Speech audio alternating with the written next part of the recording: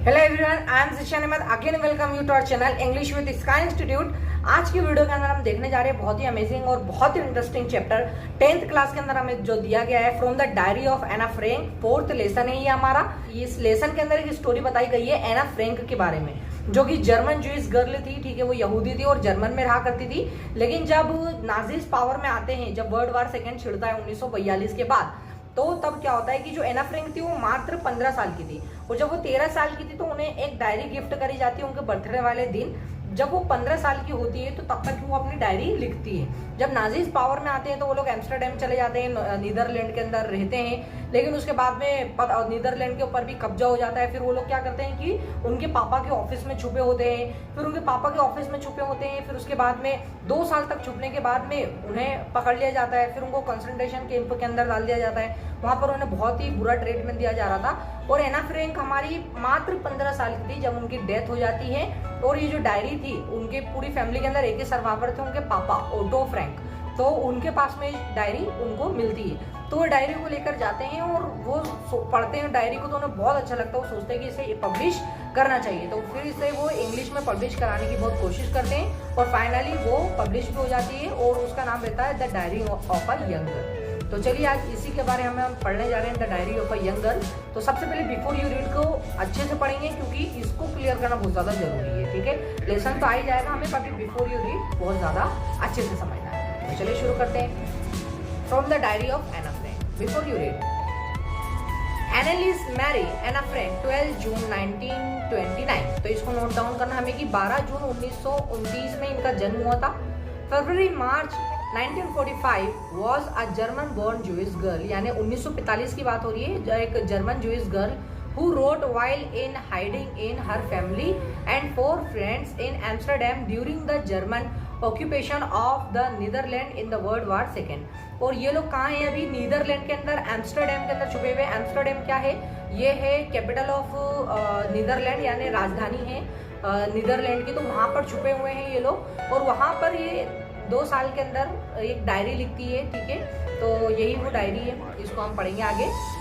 और world war second चल रहा था उस दौरान। ठीक है, her family had moved to Amsterdam after the Nazis gain power in the Germany but were trapped when the Nazis occupation extended into the Netherland. वो लोग क्या करते हैं कि एम्स्टरडेम चले जाते हैं, लेकिन उसके बाद में क्या होता है कि नाजीज वहां पर भी आ जाते हैं, नीदरलैंड के ऊपर भी नाजीज कब्जा कर देते हैं। एज परसिक्यूशंस का मतलब हो जाएगा इल ट्रीटमेंट, यानी बहुत ही बुरा सलूक करना किसी के साथ में। अगेंस्ट द ज्यूलिश पॉपुलेशन इंक्रीज्ड। और वहाँ के और जर्मनी के अंदर ज्यूइश की पॉपुलेशन इंक्रीज हो रही थी। तो जो नाजीज थे ये लोगों ने उनके ऊपर बहुत ही ज़्यादा अत्याचार करे थे, उन्हें मारने लगे थे, उन्हें कैंप के अंदर डाल दिया जाता था। इस तरह का बहुत ज़्यादा भेदभाव करते थे वो लोग। The family went into the hiding in July 1942। इनकी जो फैमिली थी वो हाइडिंग में, यानी छुपने के लिए चले गए थे 1942 में। In hidden rooms in her father's Otto Frank's office building. और ये लोग कहाँ पे छुपे हुए थे? उसके पापा की ऑफिस बिल्डिंग के अंदर छुपे हुए थे। 1942 की बात है ये। आफ्टर 2 years इन हाइडिंग, और 2 साल तक जब वो छुपे रहते उसके बाद, the group was betrayed and transported to the concentration camp. और 2 साल तक वो वहीं पे छुपे होते हैं, सर्वाइव करते हैं। लेकिन 2 साल के बाद में क्या होता है कि बिट्रेड, यानी डिस्कवर कर लिया जाता है कि ये लोग यहाँ पर छुपे हुए हैं नाजीज के द्वारा, और उन्हें कहाँ डाल दिया जाता है? कंसंट्रेशन कैंप के अंदर। अब यहाँ पे इनके साथ बहुत ही बदसलूक व्यवहार किया जाता है। ये कंसंट्रेशन कैंप के अंदर ऐसा किया जाता था जूइस के साथ में। सिस्टम वेयर एना डाइड, और वो ऐसा सिस्टम था कि उस सिस्टम के कारण एना की डेथ हो जाती है। ऑफ थैबिस। थैबिस क्या है यहाँ पे? थैबिस एक बीमारी का नाम है, इलनेस है एक तरह की। तो इन बर्जेन बेल्सन, और ये बर्जेन बेल्सन क्या है? ये जगह का नाम है जहाँ पर कंसंट्रेशन कैंप इनके थे। Within days of her sister Margot Frank, her father Otto the only survivor of the group. और कुछ दिनों के बाद में उसकी जो सिस्टर है मार्गोट फ्रैंक, उसकी भी डेथ हो जाती है। और पूरी फैमिली में से सिर्फ एक ही सर्वाइवर बचते हैं, और वो है ओटो फ्रैंक, जो कि एना फ्रैंक के फादर हैं। Return to Amsterdam after the war ended. वो कहाँ जाते? वापस से एम्स्टरडेम में आ जाते हैं जब वॉर खत्म हो जाता है, युद्ध खत्म हो जाता है। तो find that her diary had been saved. और वो देखते हैं कि जो एना फ्रैंक है उसकी डायरी तो सेफ है। Convinced that it was a unique record, और उन्हें ऐसा लगता है कि बहुत ही यूनिक रिकॉर्ड है, यानी बहुत ही अमेजिंग डायरी है ये। He took action to have it publish in English under the name of the diary of a young girl. और उसके बाद में क्या करते हैं, उसके पापा एक्शन लेते हैं किस चीज़ के लिए, पब्लिश करने के लिए उस डायरी को, और वो नाम रहता है उस डायरी का the diary of a young girl, जो कि वो इंग्लिश में पब्लिश करना चाहते हैं। The diary was given to Anne Frank for her 13th birthday and chronicles the event of her family from 12 June 1942 until its final entry of August 1944। अब हमें यहाँ पे समझना है क्रॉनिकल्स का मतलब यहाँ पे क्या हो जाएगा, इसका मतलब होता है रिकॉर्ड, और ये क्या था है कि एक रिकॉर्ड था, यानी रिकॉर्ड था, सारी चीज़ों का रिकॉर्ड बना के रखा था उसने कि अभी क्या हो रहा है अभी क्या हो रहा है, तो ये सारी चीज़ों को हमने रिकॉर्ड बना के रखा था। कब से कब तक का, 12 जून 1942 से लेके, क्योंकि 12 जून को उनका बर्थडे था, तो 12 जून को उनको जब 13 साल यानी जब वो 13 साल की थी तो तब उन्हें वो डायरी मिली थी, और उन्होंने 1944 तक की जितनी भी घटना हुई है उनके साथ में उसको पूरी तरह से नोट करके रखा है 1 अगस्त 1944 तक की सारी घटना को।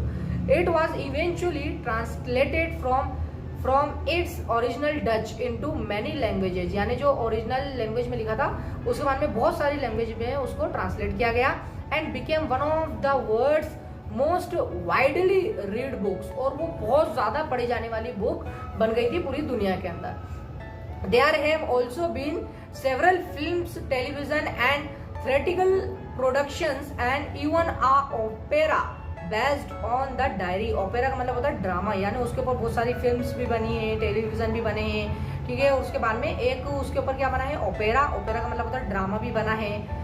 Described as the work of a mature and insightful mind, insightful का मतलब होता है thoughtful, यानी thoughtful और insightful mind, और ऐसा था कि ये बहुत ही ज़्यादा मेच्योर और बहुत ज़्यादा thoughtful वर्क था। आगे देखते हैं, the diary provides an intimate explanation of our daily life under Nazis occupation। और डायरी के अंदर हम ये देख सकते हैं कि नाजी ऑक्यूपेशन, जब नाजीज क्या थे पावर में थे, तो दिन कैसे जाया करते थे जूइस के लिए। Anna Frank has become one of the most renowned and discussed of Holocaust victims। इसका मतलब हो जाएगा situation people destroy and die, यानी एना फ्रैंक क्या थी, एक विक्टिम बन गई थी इस चीज़ की कि ऐसी सिचुएशन नाजीज ऑक्यूपेशन के अंदर ऐसा हुआ करता था कि कैसे लोग सर्वाइव कर रहे हैं और फिर मर जा रहे हैं, उनके साथ में बहुत ज़्यादा बुरा सलूक करा जा रहा है, उन्हें डिस्ट्रॉय करा जा रहा है पूरी तरह से, तो उसकी वो क्या थी, विक्टिम बन गई थी उस वो डायरी लिखने के बाद। देखते हैं अब देखो यहाँ से हमारा मेन लेसन जो है वो शुरू हो रहा है, तो अब हमें ज़्यादा इंटरेस्ट से पढ़ना है, वो जो था वो बिफोर यू रीड था। अब देखते हैं, writing in a diary is really strange experience for someone like me.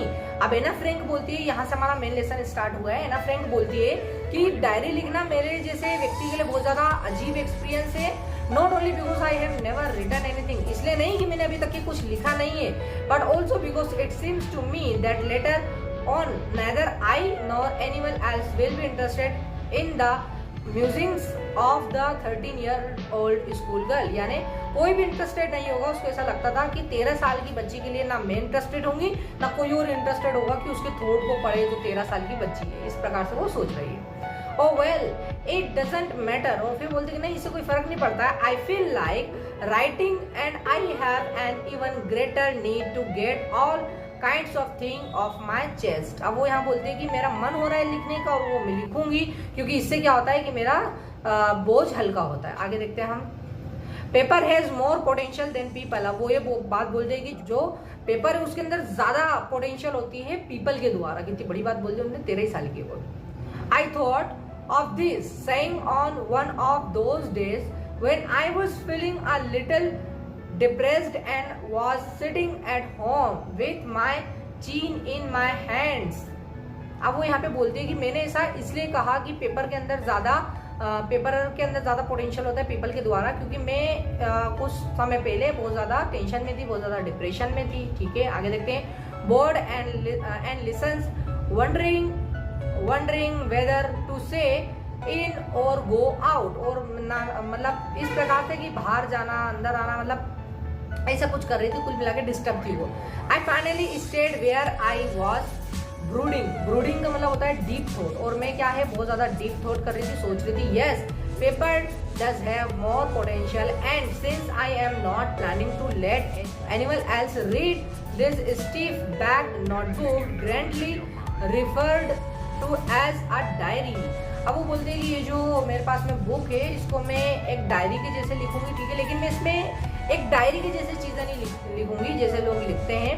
और वो यही चीज़ सोचते हैं कि इससे क्या फ़र्क पड़ता है, वैसे भी मैं किसी और को तो डायरी पढ़ने नहीं दूंगी।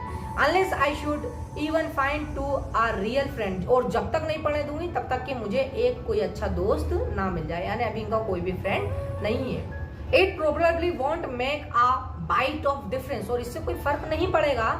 Now I am back to the point that promoted me to keep a diary in first place. और मुझे एक पॉइंट ऐसा पता चला जिसके कारण मैं डायरी को अपने पास रख सकती हूँ, और वो क्या है, I don't have a friend, क्योंकि मेरे पास कोई दोस्त नहीं है, तो जो डायरी है उसी को अपना फ्रेंड बनाने की सोच रही है। Let me put it more clearly, और मुझे इसमें बहुत ज्यादा क्लियरली लिखने दो। Since no one will believe that a 13-year-old girl is completely alone in the world, और किसी को भी इस चीज के ऊपर यकीन नहीं होगा कि 13 साल की लड़की जो कि पूरी तरह से अकेली है, यानी उसका कोई भी फ्रेंड नहीं है। And I am not, I have a loving parents, और ऐसा नहीं है, मतलब ऐसा नहीं है कि मैं अकेली हूँ, मेरे पास में मेरे बहुत ज़्यादा प्यार करने वाले पेरेंट्स हैं। एंड 16-year-old सिस्टर, और मेरी 16 साल बड़ी मेरी बहन है। And there are about 30 people I can call friends, और 13 लोग हैं जिन्हें मैं फ्रेंड्स कह सकती हूँ। आई हैव अ फैमिली, और मेरी क्या है, फैमिली है। Loving aunt and good home, और मेरी बहुत ज़्यादा प्यार करने वाली आंटी है, घर बहुत अच्छा है। नो ऑन द सफर, सफर का मतलब होता है आउटसाइड पार्ट ऑफ समथिंग, लेने इसके ऊपर से। आई सीम टू हैव एवरीथिंग, यानी ऊपर से मुझे ऐसा लगता है कि मेरे पास में सब कुछ है, except my own true friend, और सिर्फ मेरे पास क्या नहीं है, एक सच्चा दोस्त नहीं है। All I think about when I am with friends is having a good time, और मुझे ऐसा लगता है कि जब भी मैं दोस्तों के साथ होती हूँ तो बहुत अच्छा समय बिताऊंगी। I can bring myself to talk about anything but ordinary everyday thing, यानी वो बोलते हैं कि मुझे बहुत ज्यादा बात करना पसंद नहीं है रोज रोज की बातों के लिए। We don't seem to be able to get any closer, यानी मेरे दोस्त तो है लेकिन हम इतने क्लोज नहीं आए अभी तक के। एंड दैट्स द प्रॉब्लम, और यही तो समस्या है कि मैं उनसे सारी चीजें शेयर नहीं करती हूँ, ठीक है। Maybe it's my fault that I don't confide का मतलब होता है to tell person this privately to in person that one trust, यानी कुछ ज़्यादा गहरी बातें नहीं कर पाते हैं वो ये बोलते हैं कि ये मेरी गलती है कि मैं अच्छे से बात नहीं कर पाती, अपने दिल की बातें नहीं बताती मेरे फ्रेंड्स को। इन ईच अदर, एक दूसरे से। In any care that's just how things are and unfortunately they are not liable to change. This is why I have started the diary. और ऐसा नहीं हो सकता, ये चेंज भी नहीं हो सकता कि मैं उनसे मेरी बातें शेयर करने लगूँ, उनकी बातें मुझसे शेयर करेंगे, तो इसीलिए मैंने डिसाइड करा कि नहीं, मैं एक डायरी लिखना स्टार्ट करूँगी। To enhance the image of this long-awaited friend in my imagination, I don't want to jot down the fact in this diary, यानी मैं इस डायरी के अंदर फैक्ट्स वगैरह नहीं लिखने वाली हूँ कि आज मैंने क्या किया फिर क्या किया, ऐसा कुछ नहीं लिखूंगी। In this diary the way most people would do, जो कि ज्यादातर लोग करते हैं। But I want the diary to be my friend, लेकिन मैं तो चाहती हूँ कि जो डायरी है वो क्या बन जाए, मेरी फ्रेंड बन जाए। And I am going to call this friend Kitty, और मैं इस फ्रेंड को क्या बोलने वाली हूँ, किटी। उन्होंने डायरी का नाम रखा है किटी। आगे देखते हैं। Since no one would understand a word of my stories to Kitty if I were to plunk right. plunk का मतलब होता है फैक्ट, यानी कोई भी पढ़ना नहीं चाहेगा यदि मैं फैक्ट के उसमें लिखूं इस चीज को, किटी मतलब स्टोरीज को किटी के अंदर। Right in I'll do better provide a brief sketch of my life, और मैं क्या करूंगी इसके अंदर, brief sketch of my life, यानी जो भी बहुत अच्छे अच्छे मोमेंट है सिर्फ उनको ही लिखूंगी। Much as I dislike doing so, और वो नहीं जो मुझे पसंद नहीं है वो भी लिखूंगा कुछ। My father, the most adorable father I have ever seen, यानी मेरे पापा जो कि बहुत ही प्यारे पापा है। Didn't marry my mother until he was 36, यानी वो 36 साल के नहीं हुए तब तक उन्होंने मेरी मम्मी से शादी नहीं की, यानी उन्होंने जब 36 साल के हुए थे तब उनकी शादी हुई थी। आगे देखते हैं। She was 25, और मेरी मम्मी कितनी थी, 25 साल की थी, यानी वो 36 के थे और मम्मी 25 साल की थी। आगे देखते हैं। My sister Margot was born in Frankfurt, यानी मेरी जो सिस्टर थी वो कहाँ पर पैदा हुई, फ्रैंकफर्ट के अंदर, इन जर्मनी। इन 1926 और कब 1926 के अंदर। I was born on 12 June 1929 और मेरी पैदाइश कब हुई 1929 को मेरा बर्थ हुआ। I lived in Frankfurt until I was 4 और मैंने फ्रैंकफर्ट को छोड़ दिया जब मैं 4 साल की थी। माई फादर एमिग्रेटेड टू हॉलैंड इन 1933 और मेरे जो पापा थे वो कहाँ चले गए थे, एक एमिग्रेट का मतलब होता है पलायन करना, जाना किसी जगह से, हॉलैंड चले गए थे 1933 में। My mother Edith Holland Frank went with him और मेरी जो मम्मी थी वो भी उनके साथ चले जाती टू हॉलैंड, हॉलैंड में। In September while Margot and I were sent to the Aachen to stay with our grandmother और हम लोग कहाँ चले जाते हैं, आर्चेन चले जाते हैं हमारी ग्रैंड मदर के साथ रहने के लिए। Margot went to Holland in December and I followed in February when I was flung down on the table as a birthday present of Margot। और मार्गोट क्या थी, वो भी चले जाती है दिसंबर के अंदर और मैं कब जाती हूँ, फरवरी में चले जाती हूँ और मैं इस तरह से यानी कैजुअल वे में ऐसे रख दी जाती हूँ एक गिफ्ट के तौर पर, ठीक है, मार्गोट के लिए। इस प्रकार से उन्होंने बोला। I started right away at the monasteries nurseries school और मैंने क्या नर्सरीज स्कूल में पढ़ाई करना शुरू किया, मोनेस्ट्रीज स्कूल में। I stayed there until I was 6 और मैं जब तक वहां रुकी जब तक मैं 6 साल की नहीं हुई। Eight which time I started in the first form, first form का मतलब होता है क्लास, और मैं उस समय क्या थी, फर्स्ट क्लास में थी। And the 6th form of my teacher was Mrs Kuiperus. Kuiperus क्या थी, उनकी टीचर थी जो कि 5th से लेके 6th तक उनके साथ में ही थी, ठीक है, 6th क्लास तक के उन्होंने उसको पढ़ाया था। The headmistress at the end of the year we were both in tears as we said heartbreaking farewell और हमें क्या लगता है, बहुत ज्यादा बुरा लगता है, हम लोग रोने लग गए थे कि 6 साल से मैं एक ही टीचर से पढ़ रही थी, हम दोनों इमोशनल हो जाते हैं। तो इसको नोट डाउन कर लेना, Mrs Kuiperus. In the summer of 1941 और समर 1941 में ग्रैंड माँ फेल इल और मैं ग्रैंड माँ की क्या है, तबीयत खराब हो जाती है। And had to have an operation और उनका क्या ऑपरेशन करवाना था। So my birthday passed with little celebration, तो मेरा बर्थडे इतना कुछ खास सेलिब्रेशन में नहीं गया 1941 में। ग्रैंड माँ डाइड इन जनवरी 1942 और ग्रैंड माँ की डेथ हो जाती है 1942 में।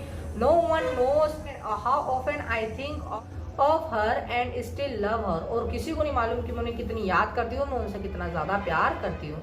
This birthday celebration is 1942 was intended to make up for the other and grandma's candle was light along with the rest। और क्या हुआ कि 1942 में फिर उनका बर्थडे सेलिब्रेट करा गया उनकी ग्रैंड माँ की डेथ के बाद में और फिर ग्रैंड माँ के लिए भी एक कैंडल लगाया गया।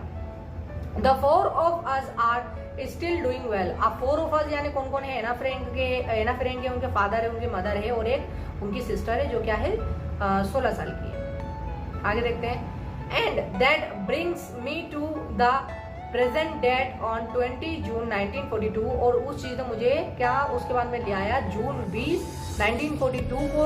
एंड द सैलमन का मतलब होता है सिंसियरली यानी अच्छे से, डेडिकेशन ऑफ माई डायरी और मैंने क्या करा कि अपनी डायरी के बहुत ज्यादा डेडिकेशन के साथ लिखना स्टार्ट करा। अब देखो लिखना स्टार्ट करिए।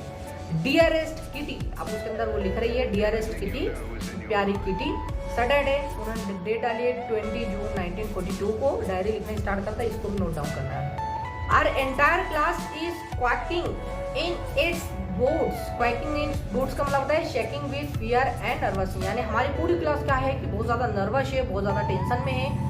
Then reason of a course is the forthcoming meeting in which the teachers decide who will move up to the next form and who will be kept back। यानी अब क्या है, वो लोग इतने ज्यादा नर्वस क्यों है, क्योंकि टीचर्स वगैरह की मीटिंग चल रही है, वो लोग डिसाइड कर रहे हैं कि किसे प्रमोट करना है क्लास में आगे और किसे नहीं करना है, किसे फेल करना है। इस प्रकार से half the class is making bats, यानी जो क्लास है आधे से ज्यादा वो क्या है, बैट्स लगा रही है, शर्त लगा रही है। G and I laugh ourselves, GN क्या उनकी फ्रेंड होगी तो हम लोग हंस रहे हैं। Silly that the 2 boys behind us, CN and Jacques, who have stacked their entire holiday saving on their bed। अब हम लोग क्या है कि बहुत ज्यादा उन्हें देखकर हंस रहे हैं कि 2 लड़के हैं CN and Jacques जिन्होंने क्या करा कि अपनी पूरी जितनी भी सेविंग उन्होंने करके रखी थी पूरी समर के अंदर, उसको क्या लगा दिया उन्होंने, शर्त के अंदर लगा दिया।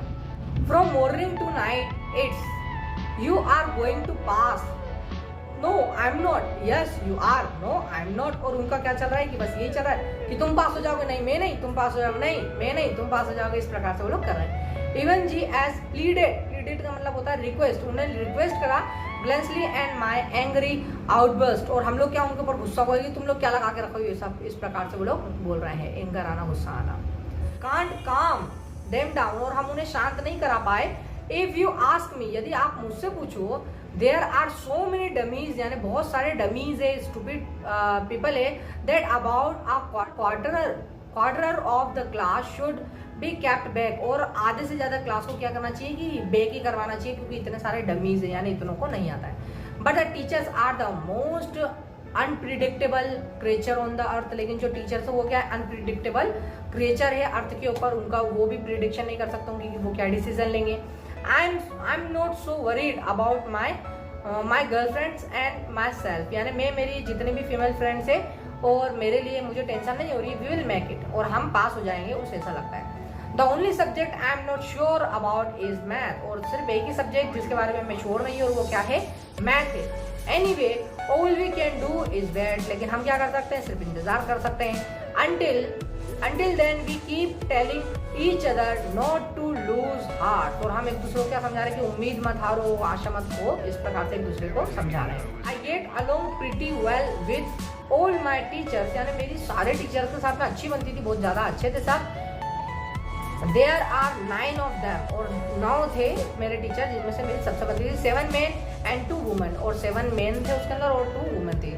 Mister किजिंग and all foggy, foggy का मतलब होता है एंड ऑल फैशन पर्सन, यानी बहुत ज्यादा जो पुरानी फैशन का हो, तो उसको ऑल फॉगी बोल रहे हैं मिस्टर किजिंग को।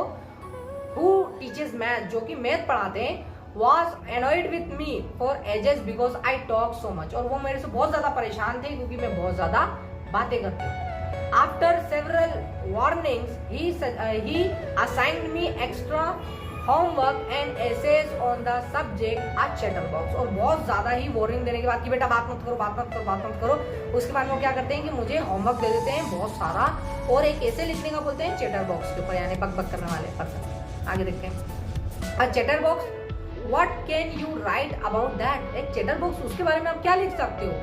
आई do worry about that letter, और मुझे उसके बारे में बहुत ज्यादा टेंशन होने लगी। I decided, I jotted down the title in my notebook, मैंने टाइटल लिखा मेरे नोटबुक के अंदर।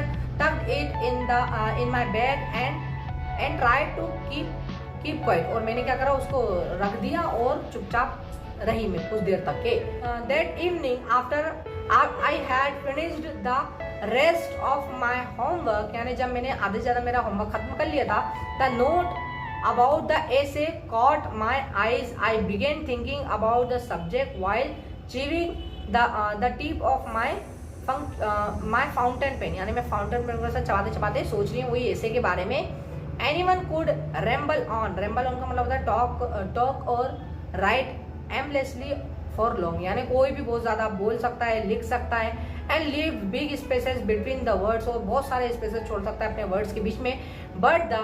But the trick was to come up with convincing arguments. Convincing argument का मतलब होता है I state made in such manner that people believe in, यानी लोगों को अपने ऊपर भरोसा दिलवाने में, ठीक है, ये डिफिकल्ट होगा। बात तो कोई भी कर सकता है, ठीक है, लिख कोई भी सकता है, लेकिन किसी को कन्विंस कर लेना ये बड़ी बात है।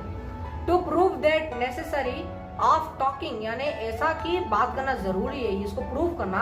आई थॉट, मैं सोचती हूँ और मैं सोचती हूँ, and suddenly I had an idea, और मुझे एक आइडिया आता है। आई रोट द 3 पेजेस, मैंने 3 पेजेस लिखे। Mister Keesing had assigned me and was satisfied, और जो उन्होंने मुझे दिया था उससे वो सेटिस्फाइड हो जाएंगे, मैंने ऐसा सोचा।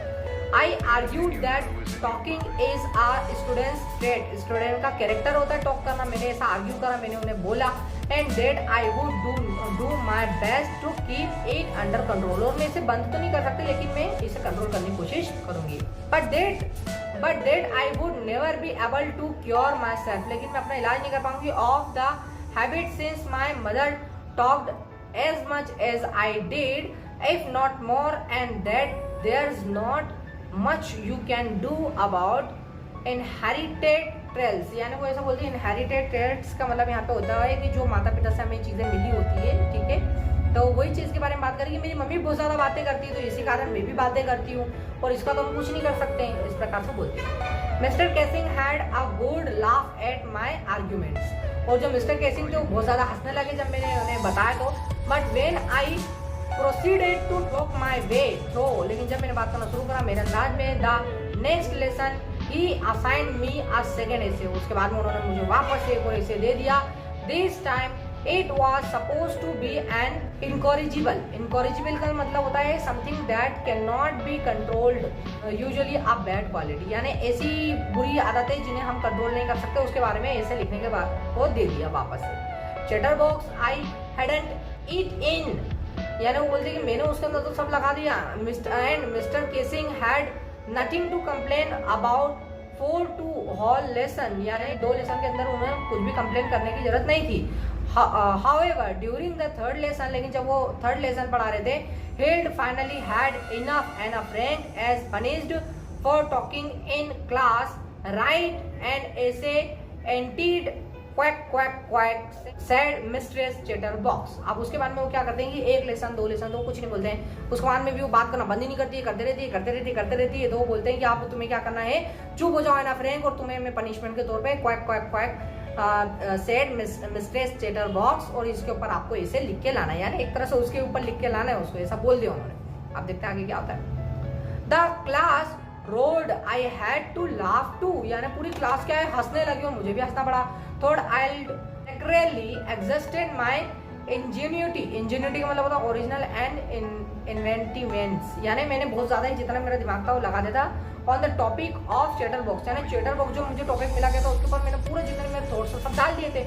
It was time to come up with something else, लेकिन अब मुझे कुछ और करना था, समथिंग ओरिजिनल, जो कि ओरिजिनल हो। माई फ्रेंड सेने who's good at poetry, जो कि पोएट्री में बहुत ज़्यादा अच्छी है, offered to help me write the essay, और उसने मुझे ये कहा कि मैं तुम्हारी मदद कर सकती हूँ ऐसे लिखने के अंदर, from beginning to end, यानी शुरू से अंत तक, in words, and I jumped for joy, और मैं खुशी के मारे ऐसे उछलने लगा। Mr. Kissing was trying to play a joke on me with his ridiculous subject, लेकिन वो मेरे ऊपर जोक करना चाहते थे, मुझ पर हंसना चाहते थे। But I to make sure that joke was on him, लेकिन मैं चाहती थी कि उन्हीं के ऊपर ये जोक बने, इस प्रकार से वो सोच रही है। I finish my poem and it was a beautiful, it was about mother duck and the father swan, यानी एक मदर डक के बारे में, डक यानी बदक, और फादर सॉन के बारे में, विथ 3 बेबी डकलिंग्स, और उनके क्या 3 बच्चे डकलिंग्स हैं, who were bitten to death by the father because they quacked too much, यानी वो क्या है कि उन्हें मार दिया गया उनके पापा के द्वारा क्योंकि वो लोग बहुत ज्यादा बात करते थे। Luckily mister casing took the joke the right way, लेकिन नसीब से क्या होता है कि जो मिस्टर केसिंग थे उन्होंने जोक को अच्छे से लिया, इतना ज्यादा बुरा नहीं माने। He read the poem to the class, उन्होंने पूरी क्लास के अंदर वो पोएम को पढ़ी, एडिंग हिज ऑन कमेंट्स, और अपने जो कमेंट थे उन्होंने भी पुल किए, and to several other classes as well, और उन्होंने दूसरे क्लासेस के अंदर भी वो चीजें बताई। Since then I have been allowed to talk and haven't been assigned any extra homework, यानी उसके बाद से ऐसा होने लगा कि मुझे कोई एक्स्ट्रा होमवर्क नहीं मिलने लगा और मैं जितनी बात करना चाहूँ मैं कर सकती थी।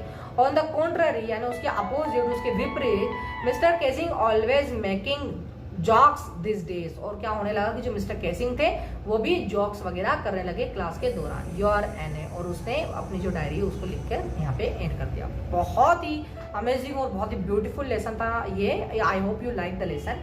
If you like it then do like, share and subscribe our channel. Thank you very much.